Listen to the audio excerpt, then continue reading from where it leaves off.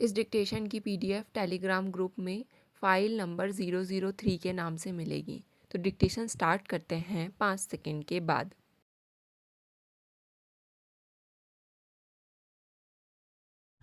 महोदय, भ्रष्टाचार उन्मूलन का प्रश्न हो अथवा चुनाव में धन, बल और बाहुबल के दुरुपयोग का, प्रदूषण की समस्या हो या सफाई की, जातिवाद झगड़ों की बात हो या सांप्रदायिक उन्माद की, पुलिस ज्यादतियों की समस्या हो अथवा सरकारी अधिकारियों की संवेदनशीलता की, इन सभी बातों के लिए अंतिम अदालत सर्वोच्च न्यायालय ही नहीं बल्कि जनता भी है।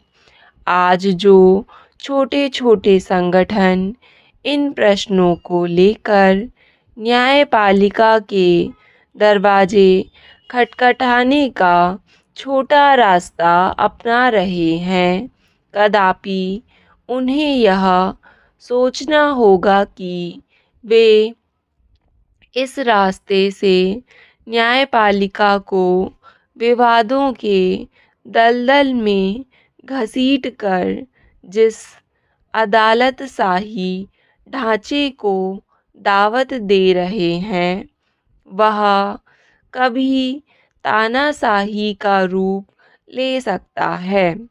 न्यायपालिका में हमारी आस्था ज़रूर होना चाहिए, पर उससे पहले कहीं अधिक अनिवार्य है जनता का अपने आप में अपना विश्वास और अपनी सामर्थ्य का आकलन। श्रीमान, जनतंत्र को मजबूत बनाने की दिशा में आज देश को एक व्यापक आंदोलन की ज़रूरत बहुत महसूस हो रही है। गांव-गांव में, नगर-नगर में नागरिक परेशान और हताश हो रहा है।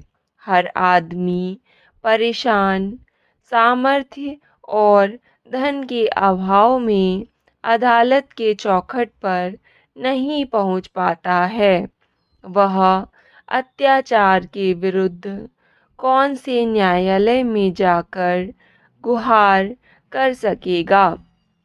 ऐसी स्थिति में उसे संगठित करने की आवश्यकता है। वह कार्य कौन करेगा?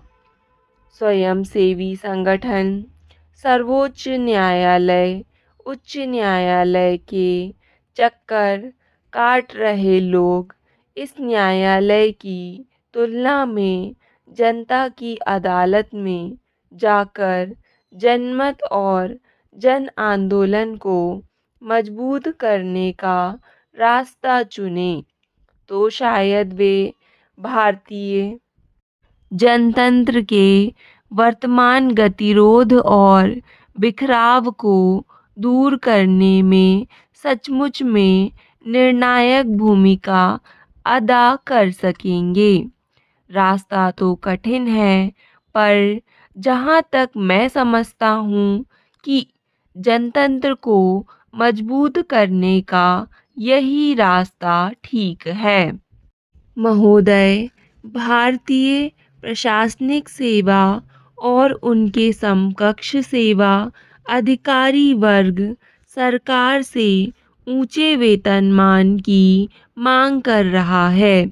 यह मांग इसलिए की जा रही है कि निजी क्षेत्र के औद्योगिक घरानों में अपने अपने अफसरों को ऊंची ऊंची तनख्वाह के साथ अन्य दूसरी सुविधा देने की बेशक होड़ लगी हुई है। यदि वेतनमान के आधार पर हैसियत तौली जाने लगेगी, तो राष्ट्रपति, प्रधानमंत्री और सर्वोच्च न्यायालय के मुख्य न्यायाधीश की क्या हैसियत रह जाएगी। वेतनमान के आधार पर सामाजिक प्रतिष्ठा सामंतवादी मनोवृत्ति का परिचायक बनती जा रही है। इस प्रकार की मनोवृत्ति के अधिकारी देश की जनता के साथ न्याय नहीं कर सकते। दरअसल सरकारी अफसरों को प्रयास करना चाहिए कि आज अशासकीय क्षेत्र में जो स्पर्धा ऊंचे वेतनमान की चल रही है उसको समाप्त करने के लिए कोई ठोस कानूनी प्रावधान किया जाए ताकि भारत जैसे देश में वेतनमान की नहीं बल्कि श्रम और कर्तव्य निष्ठा को सम्मानजनक माना जा सके। उन्हें प्रशासकीय ढांचे को अधिक कारगर और जन उपयोगी बनाने वाले बिंदुओं पर विचार कर उचित निर्णय लेने चाहिए। देश में भ्रष्टाचार होने के बावजूद आज भी बहुत से चरित्रवान, ईमानदार, निष्ठावान राजनेता और अफसरों की कमी नहीं है। वे आज भी मौजूद हैं। आवश्यकता तो सिर्फ इस बात की है कि ऐसी मानसिकता को बदला जाए जहां तक हो सके निष्ठा, ईमानदारी और कर्तव्य पालन को प्रतिष्ठा का आधार बनाया जाए।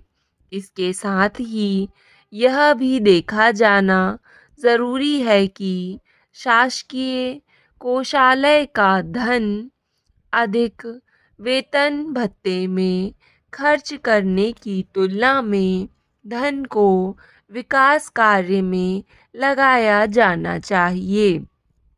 जन कल्याण कार्य में लगाया जाना चाहिए।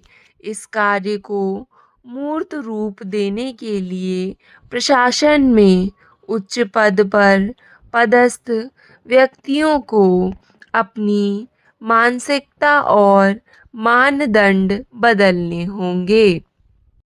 महोदय, आजकल हम एक बहुत ही कठिन दौर से गुजर रहे हैं। देश में बहुत गड़बड़ चल रही है।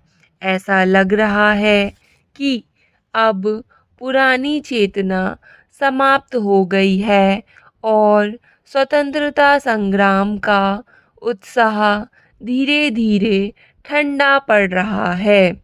अभी तक हम नया संतुलन कायम नहीं कर पाए हैं। राजनीतिक, आर्थिक, सामाजिक और मनोवैज्ञानिक विषय पर एक पेचीदा खेल खेला जा रहा है जिसके गंभीर परिणाम हमारे सामने आ रहे हैं। उदाहरण के तौर पर व्यक्तिगत और सामूहिक दोनों प्रकार की हिंसा में वृद्धि हुई है। धार्मिक, जातीय मामले नए आयाम ले रहे हैं जो खतरे से भरे हुए हैं। हमारे राष्ट्रीय नेताओं की हत्या की जा रही है। चारों तरफ असहिष्णुता और विरोध का वातावरण फैल रहा है। वास्तव में भारतीय राजतंत्र के स्तंभ की चार मूलभूत संकल्पना लोकतंत्र, समाजवाद, धर्मनिरपेक्षता और गुटनिरपेक्षता पर अत्यधिक दबाव पड़ रहा है। हमारे संविधान के आधारभूत सिद्धांतों की पुनः संरचना और व्याख्या करने की आज नितांत आवश्यकता महसूस हो रही है। बदली हुई परिस्थिति में संभवतः हमें कुछ प्रतिष्ठित विश्वास जिनमें हम पल भर कर बड़े हुए हैं के प्रति बौद्धिक ईमानदारी दिखाने की आवश्यकता है और हमें निश्चित ही आने वाली चुनौतियों का दृढ़तापूर्वक सामना करना पड़ेगा। इस संबंध में विशिष्ट व्यक्ति बहुत कुछ कहना चाहते हैं, लेकिन मैं उन कुछ प्रमुख समस्याओं की चर्चा करना चाहूँगा जिनका मेरे विचार से हम आज सामना कर रहे हैं। भारतीय राजतंत्र के 4 स्तंभ पर एक एक करके विचार करने की आवश्यकता है। सबसे पहले मैं लोकतंत्र को लेता हूँ। हमारी लोकतांत्रिक व्यवस्था की सबसे बड़ी उपलब्धि यह रही है कि देश के प्रत्येक भाग में, चाहे वह लद्दाख का छोटा सा गांव हो या लक्षद्वीप का एक द्वीप, चाहे वह बस्तर का गांव हो अथवा कोई महानगर, हर जगह राजनीतिक चेतना का विकास हुआ है। श्री गुजराल ने कहा कि भारत युद्ध नहीं चाहता, अपितु शांति और अमन चाहता है। तकनीकी क्षेत्र में निपुणता हासिल करने का मुख्य ध्येय इतिहास से सबक हासिल करना है।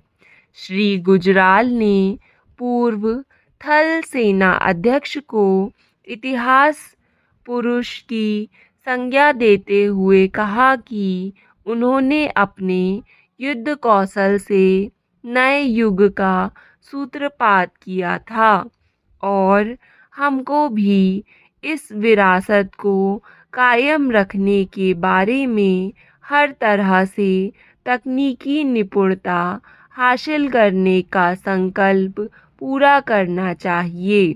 उन्होंने कहा कि प्रजातंत्र में सरकारें बदल सकती हैं, हम में मतभेद पैदा हो सकते हैं, लेकिन एकता के सवाल पर एकजुट रहें।